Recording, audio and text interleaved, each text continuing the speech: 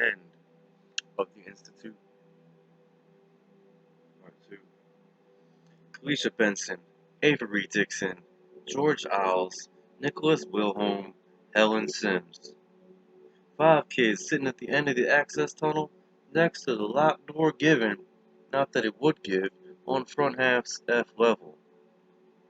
Katie Gibbons and Hal Leonard had been with them for a while, but now they had joined the Ward A kids, walking with them when they walked, joining hands when they decided to make one of those rings.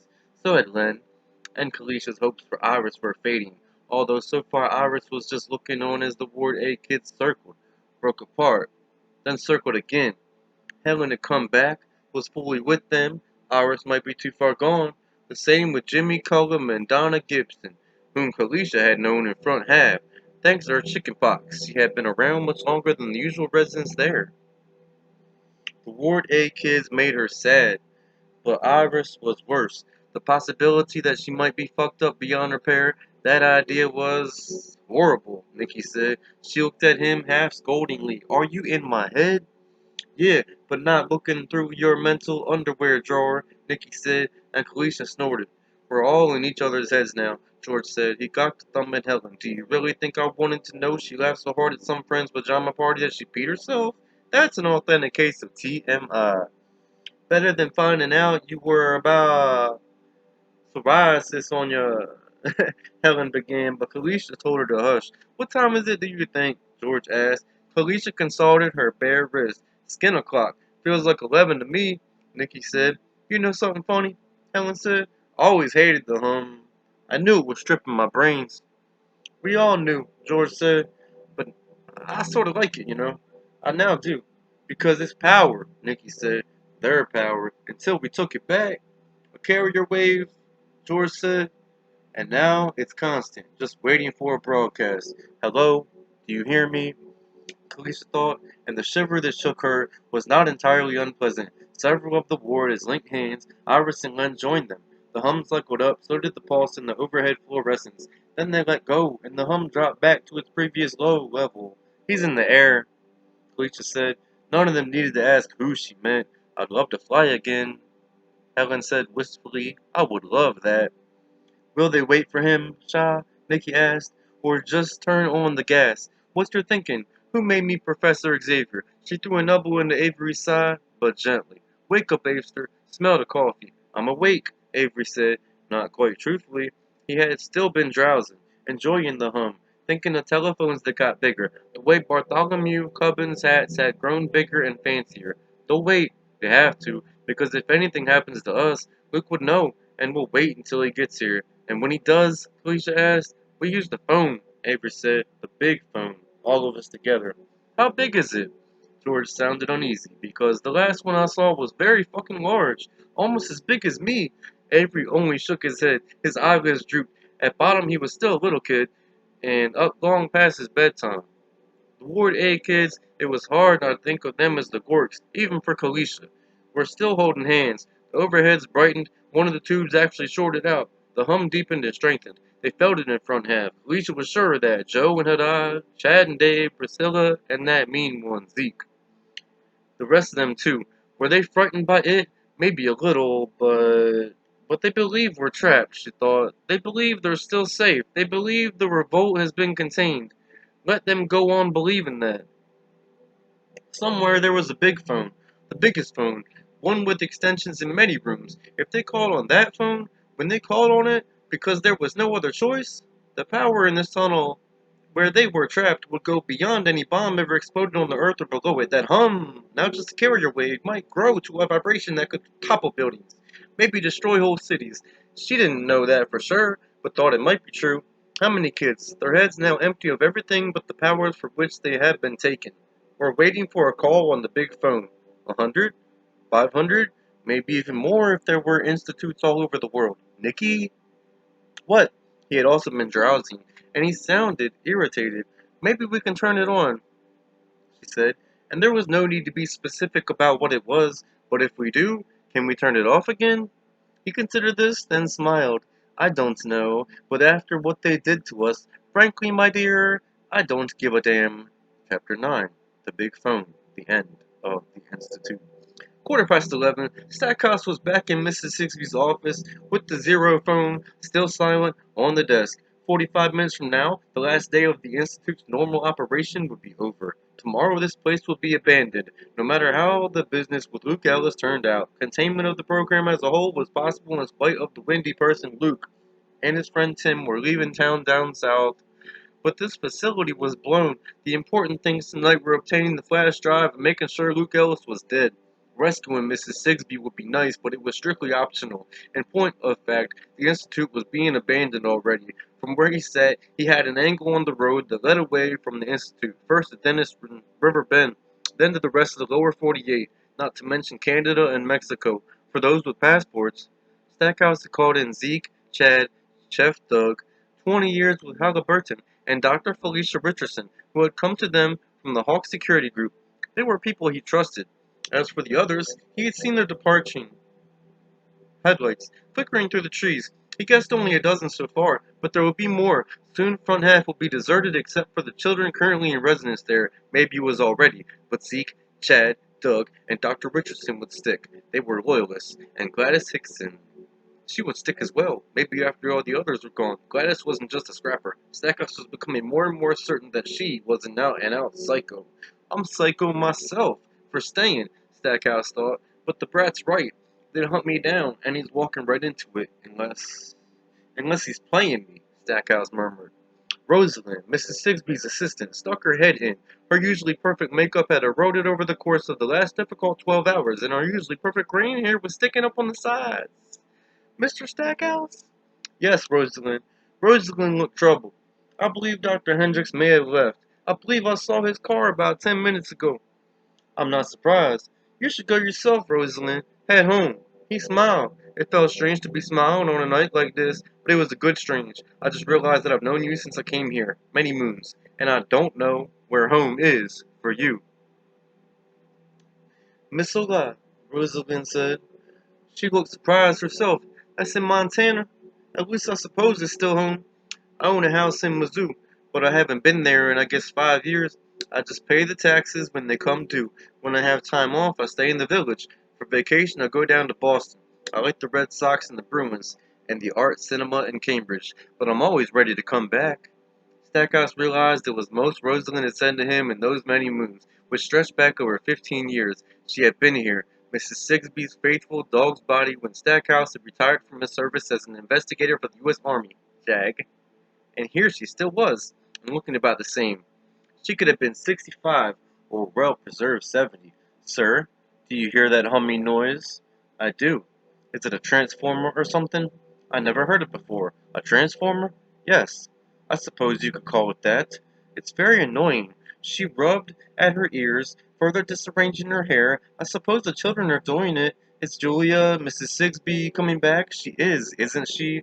Stackhouse realized with amusement rather than irritation that Rosalind, always so proper and so unobtrusive, had been keeping her ears peeled, hum or no hum. I expect so, yes. Then I'd like to stay. I can shoot, you know. Go to the range and the bend once a month, sometimes twice. I have the shooting club equivalent of a DM badge, and I won the small handgun competition last year. Julia's quiet assistant not only took excellent shorthand, she had a distinguished marksman badge, or, as she said, the equivalent of wonders never ceased. What do you shoot, Rosalind? Smith& Wesson M&P .45. Recoil doesn't bother you. With the help of a wrist support, I manage to recoil very well, sir. If it's your intention to free Mrs. Sigsbee from the kidnappers holding her, I will much desire to be a part of that operation. All right, Stackhouse said. You're in. I can use all the help I can get, but he will have to be careful how we used her, because saving Julia might not be possible. She had become expendable now. The important thing was the flash drive, and that fucking too smart for his own good boy. Thank you, sir. I won't let you down. I'm sure you won't, Rosalind. I'll tell you how I expect this will play out, but first I have a question. Yes? I know a gentleman is never supposed to ask, and a lady is never supposed to tell, but how old are you? 78, sir. She answered promptly enough, and while maintaining eye contact, but this was a lie. Rosalind Dawson was actually 81. Chapter 10. The Big Phone. The End of the Institute. Part 2. Quarter of 12, the Challenger aircraft with 940 NF on the tail and Maine Paper Industries on the side drove north toward Maine at 39,000 feet. With a helping push from the jet stream, its speed was fluctuating gently between 520 and 550 miles an hour. The arrival at Okaloo and subsequent takeoff had gone without incident, mostly because Mrs. Sigsbee had a VIP entry pass from the Regal Air FBO, and she had been more than willing to use it to open the gate. She smelled the chance, still slim, but there, of getting out of this alive. The Challenger stood in solitary splendor with its air stairs down. Tim had raised the stairs himself, secured the door, then hammered on the closed cockpit door with the butt of the dead deputy's Glock. "I think we're all tight back here. If you've got a green board, let's roll." There was no answer from the other side of the door, but the engines began to cycle up. 2 minutes later they went airborne. Now they were somewhere over West Virginia, according to the monitor on the bulkhead, and Dupre was in the rear view. Tim hadn't expected to leave so suddenly, and certainly not under such cataclysmic circumstances. Evans was dozing, and Luke was dead to the world. Only Mrs. Sigsbee was still awake. Sitting upright, her gaze fixed on Tim's face, there was something reptilian about those wide, expressionless eyes. The last of Doc Roper's pain pills might have put her out, but she had refused in spite of what must have been fairly bad pain. She had been spared a serious gunshot wound, but even a groove hurt plenty. "You have law enforcement experience, I believe," she said. "It is in the way you carry yourself, and in the way you reacted quickly and well." Tim said nothing, only looked at her. He had put the Glock beside him on the seat. Firing a gun at 39,000 feet would be a very bad idea, and really, why would he? Even if they'd been at much lower altitude, he was taking this bitch exactly where she wanted to go. "I don't understand why you're going along with this plan," she nodded at Luke, who, with his dirty face and bandaged ear, looked much younger than 12. "We both know he wants to save his friends, and I think we both know the plan is silly, idiotic really, yet you agreed. Why was that, Tim?" Tim said nothing. "Why'd you get involved in the first place is a mystery to me. Help me understand." He had no intention of doing that. One of the first things his mentor officer had taught him during the 4 months of his rookie probationary tour was you question perps. You never allow perps to question you. Even if he had been disposed to talk, he didn't know what he could say that would sound even marginally sane. Could he tell her that his presence on this state-of-the-art airplane, the sort of craft only rich men and women usually saw the inside of, was an accident? That once upon a time a man bound for New York City had suddenly stood up on a much more ordinary plane, agreeing to give up his seat for a cash payment and a hotel voucher? That everything, the hitchhike north, the traffic tie-up on I-95, the walk to Dupre, the night knocker job, had followed from that single impulsive act? Or could he say that it was a fate he never had before? That he had been moved to Dupre by the hand of some cosmic chess player to save the sleeping boy from the people who had kidnapped him and wanted to use his extraordinary mind until it was used up? And if that were the case, what did it make Sheriff John, Tag Faraday, George Burkett, Frank Potter, and Bill Wicklow? Just pawns to be sacrificed in the great game, and what piece was he? It would be nice to believe himself a knight, but more likely, he was just another pawn. "Sure you don't want that pill?" he asked. "You don't intend to answer my question, do you?" "No, ma'am, I do not." Tim turned his head and looked out at the leagues of darkness and the few lights down there, like fireflies at the bottom of a well. Chapter 11. The End of the Institute, Part 2. The Big Phone. Midnight. The box phone gave its hoarse cry. Stackhouse answered. The voice on the other end belonged to one of the off-duty caretakers, a man named Ron Church. The requested van was in place at the airport, Church said. Denise Allgood, an off-duty tech, although they were all supposedly on duty now, had driven behind Church in an Institute sedan. The idea was that, after leaving these vehicles on the tarmac, Ron would ride back here with Denise. But those two had a thing going on, which Stackhouse knew about. It was his business to know things after all. He felt sure that with the boys' ride in place, Brian and Denise would be heading for anywhere that wasn't here. That was okay, although the multiple desertions were sad. Maybe they were for the best. It was time to draw a line under this operation. Enough of his people would stay for the final act, which was all that mattered. Luke and his friend Tim were going down. There was no question in his mind about that. Either it would be good enough for the lisping man on the other end of the xerophone, or it wouldn't. That was out of Stackhouse's hands, and it was a relief. He supposed he had carried this streak of fatalism like a dormant virus since his days in Iraq and Afghanistan, and just hadn't recognized it for what it was until now. He would do what he could, which was all any man or woman could do. The dogs barked and the caravan moved on. There was a tap at the door, and Rosaline looked in. She had done something with her hair, which was an improvement. He was less sure about the shoulder holster she was now wearing. It was a bit surreal, like a dog wearing a party hat. Gladys is here, Mr. Stackhouse. Send her in. Gladys entered. There was an air mask dangling below her chin. Her eyes were red. Stackhouse doubted if she had been crying, so the irritation was probably from whatever bad medicine she'd been mixing up. It's ready. All I need to do is add the toilet bowl cleaner. You say the word, Mr. Stackhouse, and we will gas them. She gave her head a quick, hard shake. That hum is driving me crazy. From the look of you, you don't have far to go, Stackhouse thought. But she was right about the hum. The thing was, you couldn't get used to it. Just when you thought you might, it would rise in volume. Not in your ears, exactly, but inside your head. Then all at once it would drop back to its former and slightly more bearable level. I was talking to Felicia, Gladys said. Dr. Richardson, I mean. She's been watching them on her monitor. She says the hum gets stronger when they link up and drops when they let go of each other. Stackhouse had already figured that out for himself. You didn't have to be a rocket scientist, as the saying went. Will it be soon, sir? He looked at his watch. I think about 3 hours, give or take. The HVAC units are on the roof, correct? Yes. I may be able to call you when it's time, Gladys, but I may not. Things will probably happen fast. If you hear shooting from the front of the administration building, start the chlorine gas whether you hear from me or not. Then come. Don't go back inside. Just run along the roof to the east of the wing of the front half. Understand?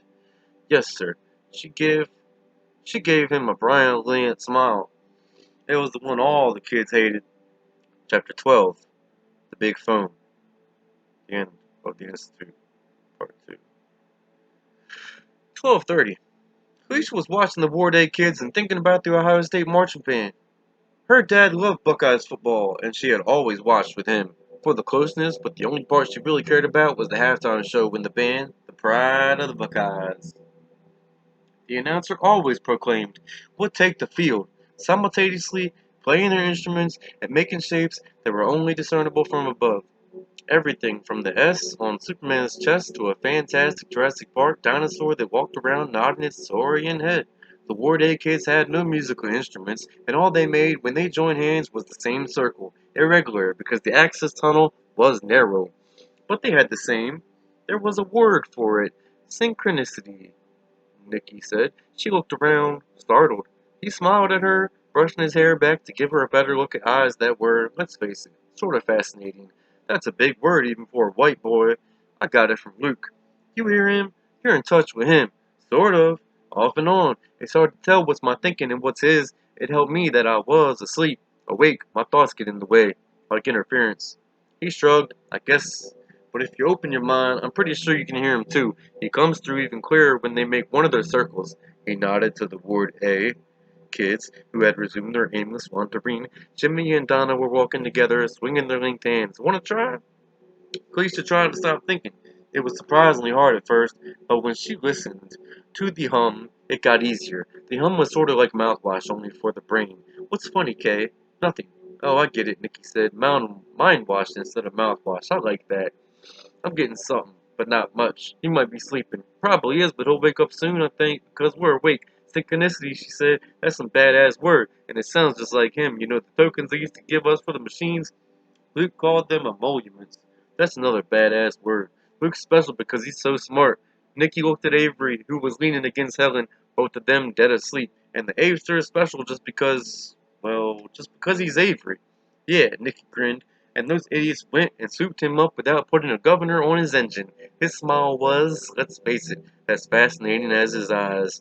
It's the two of them together that put us where we are, you know. Luke's chocolate, Avery's peanut butter, although I prefer almond butter. Either of them alone, nothing would have changed. Together, they're Reese's peanut butter cup that's going to rip this joint. She laughed. It was a stupid way to put it, but also pretty accurate. At least she hoped so. We're still stuck, though, like rats in a plug pipe. His blue eyes on her brown ones. He won't be for much longer. You know that. She said, we're going to die, aren't we? If they don't gas us, then... She tilted her head toward the Ward A kids, who were circling again. The hum strengthened. The overhead lights brightened. It'll happen when they cut loose. And the others, wherever they are, the phone, she thought at him. The big phone. Probably, Nikki said. Luke says we're going to bring them down like Samson brought the temple down on the Philistines. I don't know the story. Nobody in my family bothered with the Bible, but I get the idea. Cleisha did know the story and shivered. She looked again at Avery and thought of something else from the Bible. A little child shall lead them. Can I tell you something? Cleisha said. You'll probably laugh, but I don't care. Go for it. I'd like you to kiss me. Not exactly a tough assignment, Nikki said. He smiled. She leaned toward him. He leaned to meet her. They kissed in the hum. This is nice, Cleisha thought. I thought it would be. And it is. Nikki's thought came at once, riding the hum. Let's go for two. See if it's twice as nice. Chapter 13. The End of the History. Part 2. The Big Phone. 150. The Challenger touched down on the runway of a excuse me, private airstrip owned by a shell company called Maine Paper Industries. It taxied to a small darkened building. As it approached, a trio of motion-activated lights on the roof triggered, illuminating a boxy ground power unit and a hydraulic container loader. The waiting vehicle wasn't a mom van, but a 9-passenger Chevrolet Suburban. It was black with tinted windows. Orphan Annie would have loved it. The Challenger pulled up close to the Suburban and its engines died. For a moment, Tim wasn't entirely sure that they had, because he could hear a faint hum. That's not the plane, Luke said. It's the kids. It'll get stronger when we're closer. Tim went to the front of the cabin, threw the big red lever that opened the door, and unfolded the stairs. They came down on the tarmac less than 4 feet from the Suburban's driver's side. Okay, he said, returning to the others. Here we are. But before we go, Mrs. Sigsbee, I have something for you. On the table in the Challenger's conversation area, he had found a goodly supply of glossy brochures advertising the various wonders of the totally bogus Maine Paper Industries, and half a dozen Maine Paper Industries gimme caps. He handed one to her and took another for himself. Put this on, jam it down, your hair is short. Shouldn't be a problem getting it all underneath. Mrs. Sigsbee looked at the cap with distaste. Why? They're going first. If there are people waiting to ambush us, I'd like you to draw their fire. Why would they put people in here when they're going there? I admit it seems unlikely, so you won't mind going first. Tim put on his own gimme cap, only backward.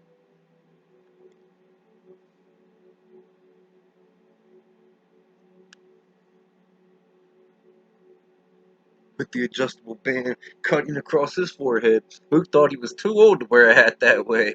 It was a kid thing, but kept his mouth shut. He thought maybe it was Tim's way of psyching himself up. Evans, you're right behind her. No, Evans said, I'm not leaving this plane. I'm not sure I could if I wanted to. My foot is too painful. I can't put any weight on it. Tim considered, then looked at Luke. What do you think? He's telling the truth, Luke said. He'd have to hop down the stairs, and they're steep. He might fall. I shouldn't have been here in the first place, Dr. Evans said. A fat tear squeezed from one of his eyes. I'm a medical man. You're a medical monster, Luke said. You watched kids almost drown. They thought they were drowning, and you took notes. They were kids who died because they had a fatal reaction to the shots you and Hendricks gave them. And those who lived really aren't living at all, are they? Tell you what, I'd like to step on your foot. Grind my heel right into it. No! Evan squealed. He shrank back in his seat and dragged his swollen foot behind the good one. Luke, Tim said. Don't worry, Luke said. I want to, but I won't. Doing that would make me like him. He looked at Mrs. Sigsbee. You don't get any choice. Get up and go down those stairs. Mrs. Sigsbee tugged on the paper industry's cap and rose from her seat with such dignity as she could manage. Luke started to fall in behind her, but Tim held him back.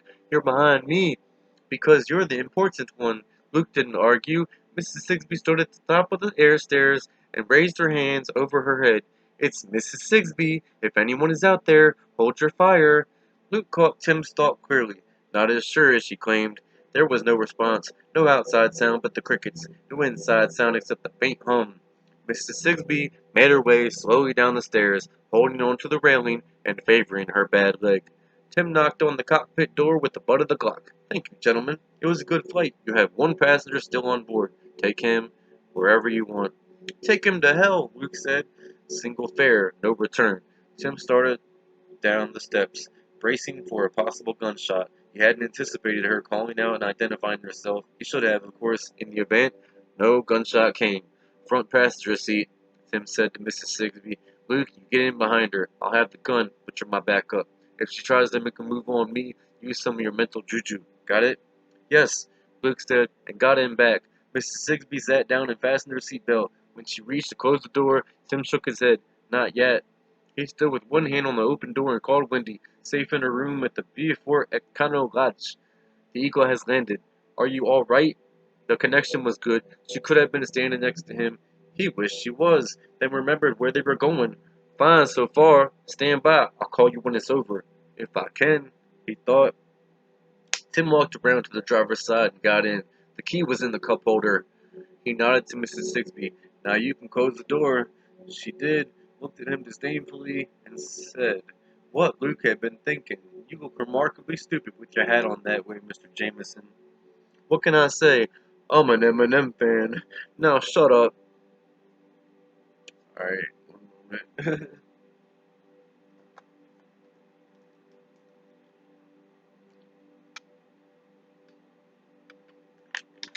Orange vanilla Mio water answer in case you're curious.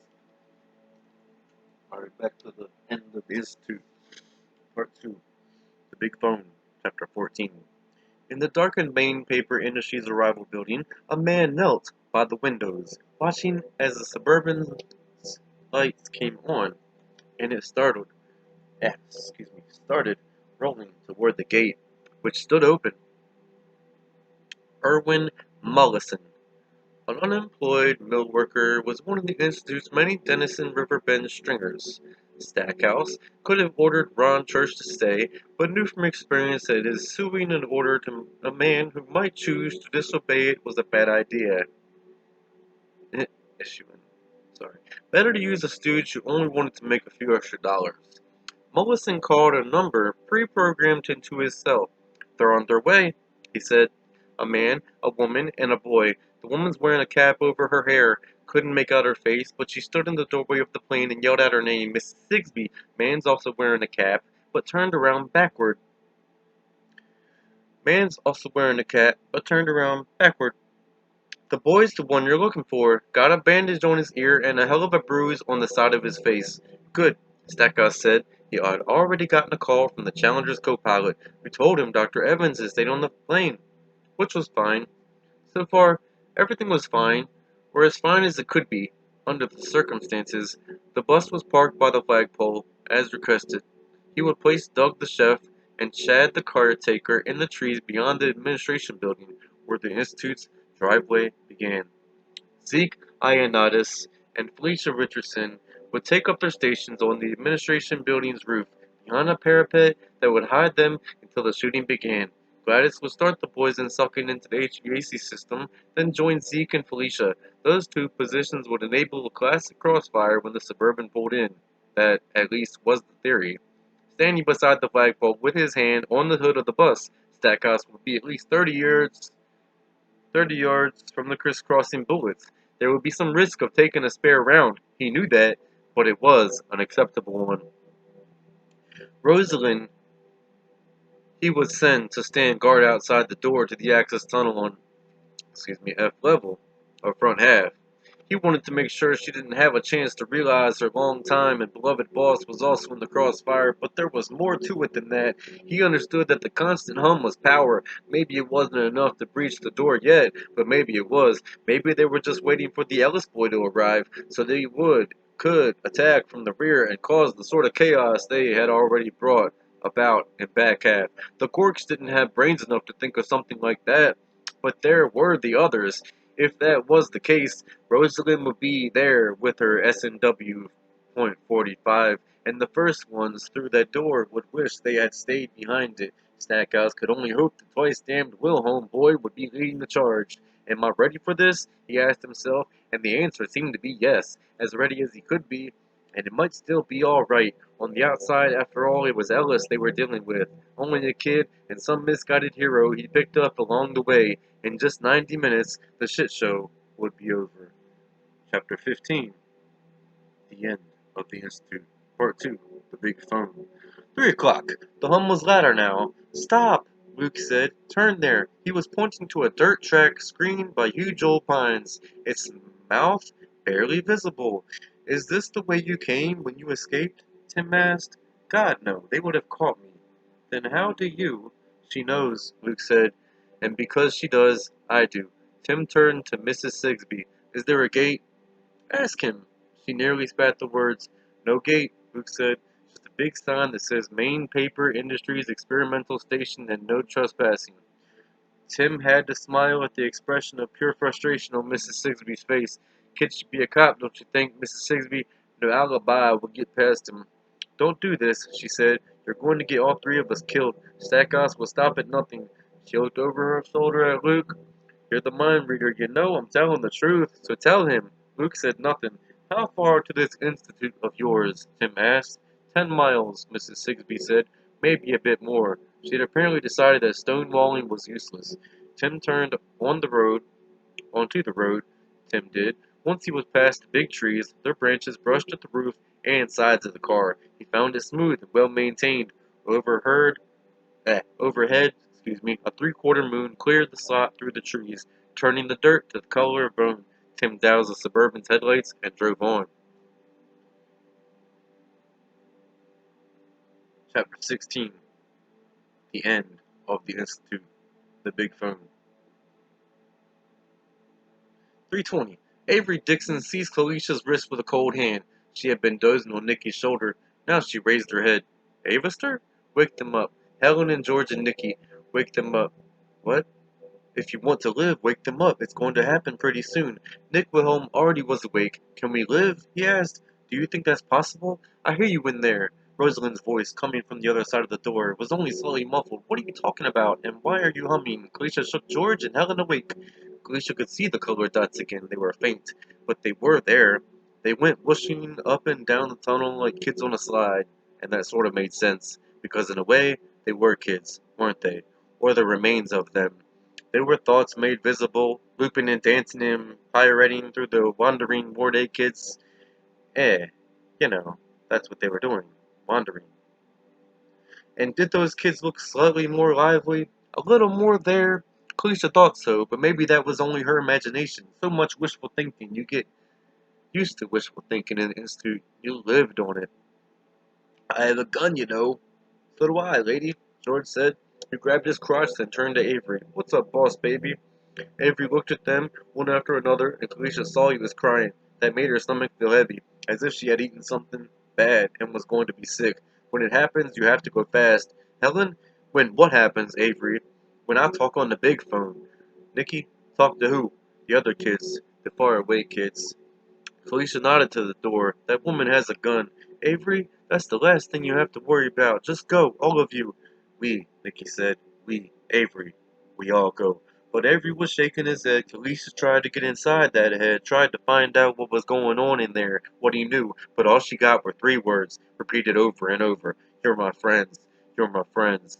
You're my friends. Chapter 17 of The Big Phone. The End of the Institute. Part 2. Luke said, They're his friends, but he can't go with them. Who can't go with who? Tim asked. What are you talking about? About Avery. He has to stay. He's the one who has to call on the big phone. I don't know what you're talking about. Luke, I want them, but I want him too, Luke cried. I want all of them. It's not fair. He's crazy, Mrs. Sigsby said. Surely you realize that and... Shut up, Tim said. I'm telling you for the last time. She looked at him, read his face, did as he said. Tim took the Suburban slowly over a rise and came to a stop. The road widened ahead. He could see lights through the trees and the dark bulk of a building. I think we're here, he said. Luke, I don't know what's going on with your friends, but that's out of our hands right now. I need you to get a hold of yourself. Can you do that? Yes. His voice was hoarse. He cleared his throat and tried again. Yes, okay. Tim got out, walked around to the passenger door, and opened it. What now? Mrs. Sigsby asked. She sounded querulous and impatient, but even in the scant light, Tim could see she was afraid, and she was right to be. Get out, You're driving the car the rest of the way. I'll be in back with Luke, and if you try anything clever, like driving into a tree before we get to those lights, I'll put a bullet through the seat and into your spine. No, no. Yes, if Luke is right about what you've been doing to those children, you've gone up quite a bill. This is where it comes due. Get out, get behind the wheel, and drive. Slowly, 10 miles an hour. He paused, and turn your cap around backward. Alright. So that will be finished in the next video.